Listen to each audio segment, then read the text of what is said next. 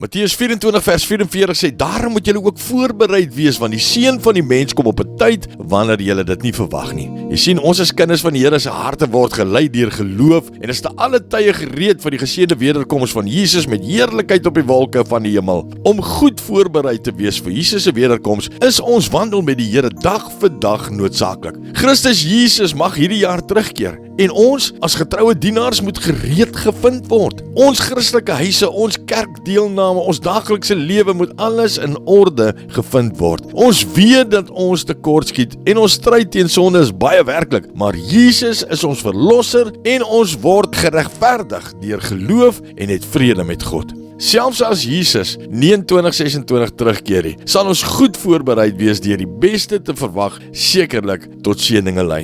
Ons sal die seën van 'n goed geordende, godvrugtige lewe geniet in ons huise, by die kerk, by die werk, by die skool of waar die lewe ons ook al in die nuwe jaar sal neem. Ons sal die vergifnis waardeer wat net Jesus voorsien as ons in geloof na hom wend. Ons kan nie die toekoms lees nie, ons weet nie wat 2026 gaan bring nie. God het egter vir ons 'n verstand, 'n hart en 'n wil gegee, sodat ons kan beplan en vorentoe kan kyk. Laat ons as Christene die beste verwag. Die beste van alles is dat Jesus op die tyd van sy keuse sal kom om ons na homself toe te neem. Dan sal ons vir ewig die wonderlike seën van volmaakte gemeenskap met ons verlosser geniet. Abba Vader, Jesus, Heilige Gees, baie dankie dat ons ook in hierdie jaar kan uitsien na u wederkoms. Indien u nog sal vertoef, help my om te alle tye gereed te wees met afwagting en met verwagting.